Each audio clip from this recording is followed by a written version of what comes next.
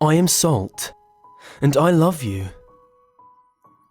I have loved a lot of people, but now I love you. Last week, actually, I loved this sweet little girl. Her name was Lisa. She had sweet, straight golden hair and small blue eyes. When I saw her, I just knew I loved her. About 5 days ago, I saw her playing happily outside, so I decided to join her. At first she was scared, but everyone is at first. It was okay though. I told her as much. We went and played in the sandbox. She asked me my name, and I tried to tell her it was Salt.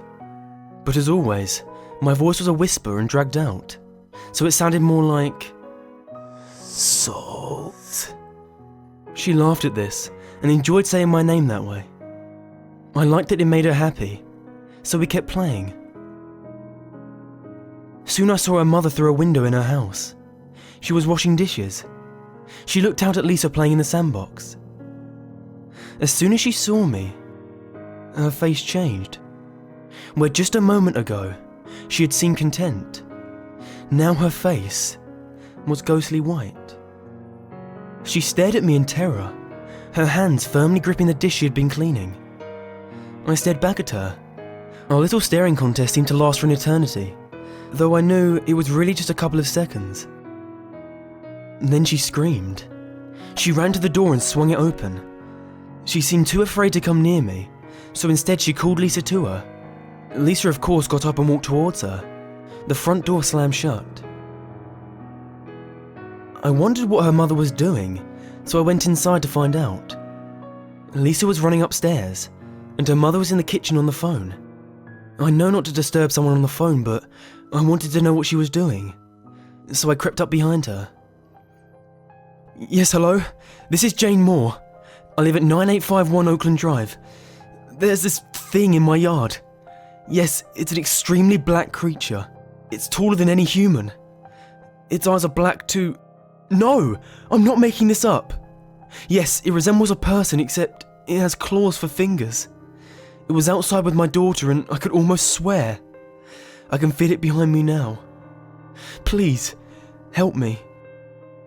She seemed to be crying. It must be the phone. I knew it was wrong, but to make her feel better, I cut the cord. She froze. I leaned in, starting to put my arms around her to comfort her. She slowly turned around and stared at me. I had thought her face was white before, but now, it was almost as white as snow. She dropped the phone. I tried to say hi, but again, it came out as hi. She screamed.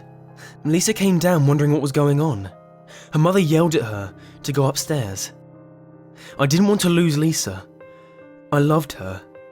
How dare she try to take away Lisa? I couldn't let her keep doing that.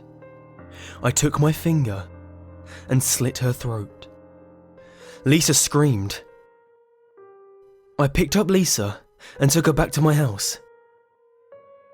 She didn't seem happy. She was trying to run away.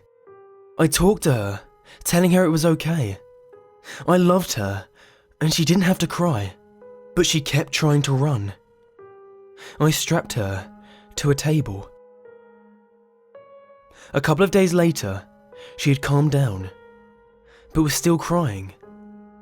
I came in, and she struggled against the straps, but to no avail. She looked so pretty. I told her I loved her, and I wanted to keep her forever. She kept crying, but I knew she would be happy soon. So I started doing what I always do. I kept my fingers nice and sharp for this. I threw my fingers into her stomach, one at a time, in places I had learned from practice. She started screaming. They always did. The blood was oozing out of her body as she lay there screaming. Now came the last part. Now that there was blood, my stomach growled, and I let it open. Out came razor-sharp teeth. First, I was eating her legs, making her scream even louder. Slowly and meticulously, I worked my way up, until her screams turned to gurgling. Soon, it was silent, and I was done. I loved her. Now she is inside me, and I can continue to hear her screams forever. I am Salt, and I love you.